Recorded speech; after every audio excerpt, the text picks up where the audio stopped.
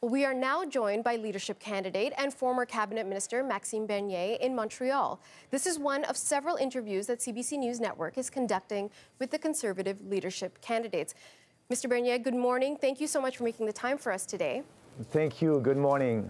I want to speak to you certainly about your platform and the policies and the fact that polls indicate that you're the front runner in this race, but we do have to begin by getting your reaction to the party's decision to remove 1,300 people from the membership rolls as a result of this investigation. I'm wondering if we can get your response to that.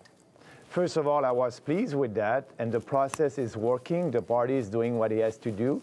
And, you know, I said to my team in the beginning of the campaign that we follow the rules, and we're very proud about that. So I don't like when people are saying that our campaign is not following the rules. So the party was very clear. They find something, and now the question is, it's coming from which campaign? And so we'll know maybe that in the near future. Do you have any knowledge of anyone in your campaign using of prepaid cards to sign up fake memberships? No, I spoke with my team a couple of days ago, and we don't do that. We don't use that. People are coming to our team because they like the ideas, they like the freedom ideas, and we're very pleased. And we have a lot of donors, a lot of members that are coming, and so that's going very well. I think that Kevin O'Leary is a little bit desperate when he's saying things like that, but the party is there, and I'm very pleased when the party did this investigation, and I hope they will follow that process in the next couple of days also, because as you know, there's only 2 weeks right now, and they can become members, and if they're not a member before the end of this month, they won't be able to vote. So that will be important for the party to continue to do the good job and being sure that the rules are respected. You mentioned Kevin O'Leary, and I wonder, because when you responded to his initial allegation, you sent out a fairly strongly worded statement, and you referred to him as a loser. And you weren't the only one. There were other candidates that came out against Kevin O'Leary, but as it turns out, his allegations proved in some part to be true, and I wonder, does he deserve an apology? No, because, you know, what he was saying when he was speaking to the media that it was our team that did that. And the party said, you know, they don't know which team, and it's coming from their website. But I can assure you that it's not our people. So we're having a campaign based on principle, fairness, respect, individual freedom, and personal responsibility. And I'm very proud of our campaign, and that's why we have a lot of supporters. I know that Kevin already tried to have more membership, and maybe it's more difficult for him. But for us, people like the ideas. It's popular in Quebec, it's popular outside the Quebec, and we'll continue to do what we have to do. Well, let's drill down on that a bit, because the polls do indicate that you are the front runner in this leadership race. You could very well become the leader of the Conservative Party and perhaps even the Prime Minister of this country.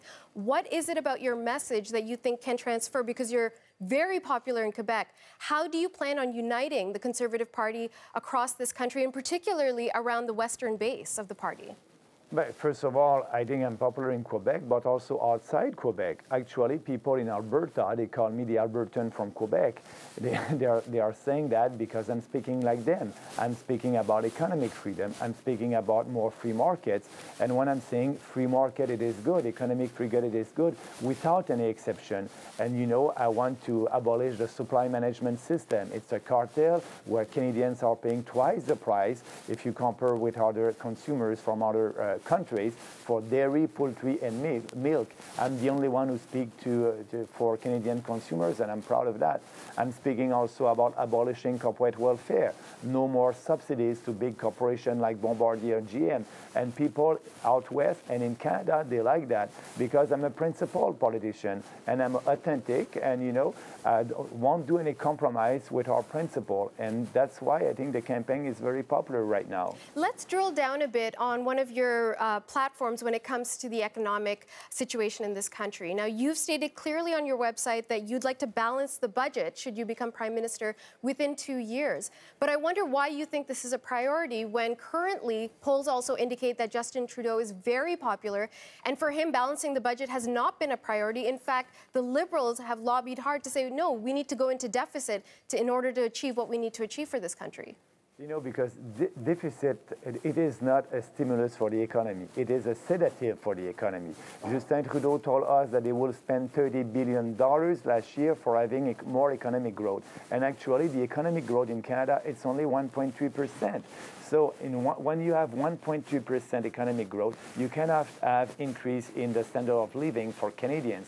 So when you spend money that you don't have, you won't be able to create economic growth. It's when entrepreneurs are investing that you have economic growth. So we need more investment from entrepreneurs, and it is why I have a platform for having more private investment, because we know it is when you have private investment that you can have economic growth in this country. And right now what you're having, it's only government spending, and actually it is not spending on infrastructure, it is spending on social programs. So it is not fair for the future generation, because they will have to pay for that huge deficit without having any benefit, any services from that deficit.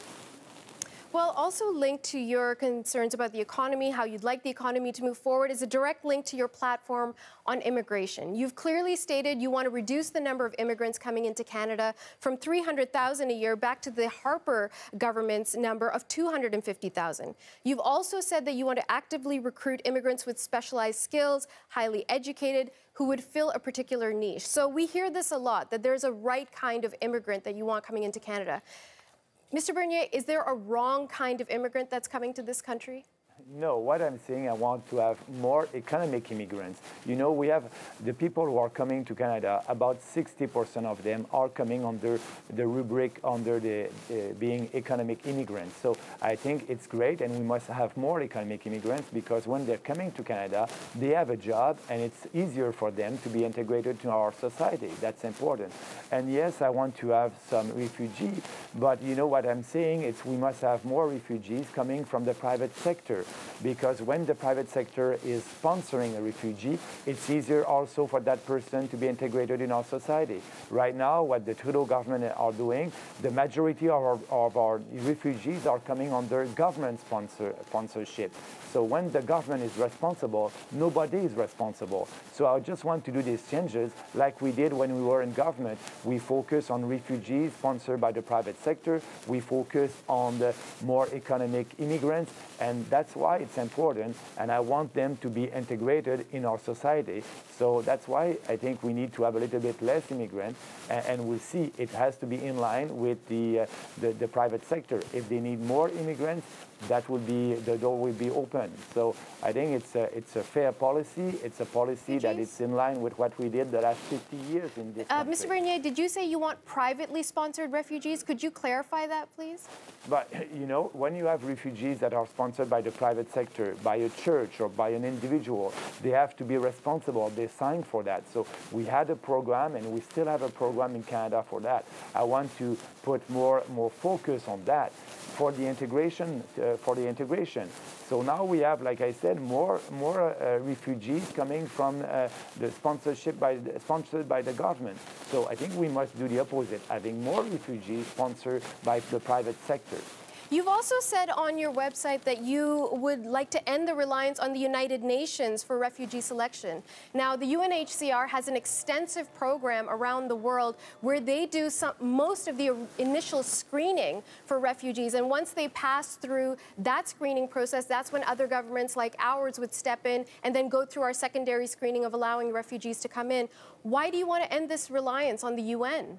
So what I want us to do what we did when we were in government for the Syria crisis. We decided to have refugees coming from Syria, but we decided to have a focus on the Christian one, because they were the ones who were persecuted at that time. So we must be able to choose, but also working with the UN. But the most important, it's a privilege to come to Canada. And yes, we are open. Yes, we are open for refugees, but we must be able to put our criteria and being able to choose refugees.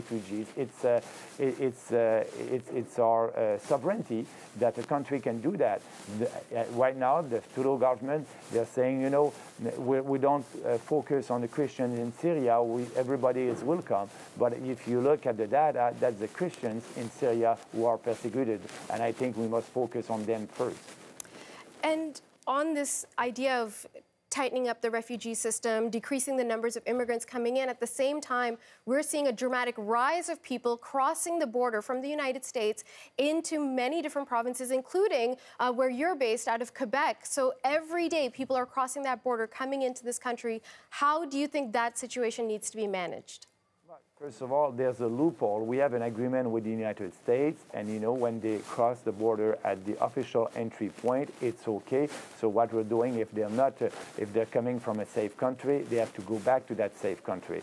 But when they're crossing everywhere across the border over in Canada, so that agreement, we cannot apply that agreement. So there's a loophole. So what the Trudeau government must do is to negotiate with the Trump administration and to be sure to fix that, and to have the same rule. If a person is crossing the country at an official point of entry or elsewhere, that must be the same rule, and they must be able to go back to their safe country.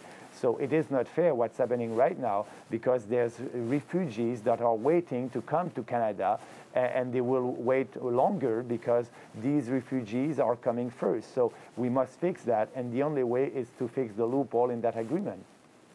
Mr. Bernier, we're having these types of conversations with all of the candidates who are running for the Conservative Party leadership. So I'll leave it with this final question. Conservative Party members have many, many options when it comes to their leadership candidates. What sets you apart from everyone else? But I'm the only candidate who has a strong platform based on conservative values, individual freedom, personal responsibility. I'm an authentic politician, I'm a principled politician, and I think it's time to have bold reform at the federal level for respecting the taxpayer and respecting the Constitution. And only I'm a candidate who can speak to all Canadians, francophone in Quebec, francophone outside Quebec, and I think it would be important at the next election to have more seats in Quebec, and I think I can bring that. It would be easier for our party to be back in government if we have 30, 35 seats in Quebec. So, and these ideas are popular in Quebec, in French, but also outside Quebec. So people, if they want to have real change in Ottawa, and if they want to have more freedom for more prosperity, I'm the candidate. Mr. Bernier, thank you very much.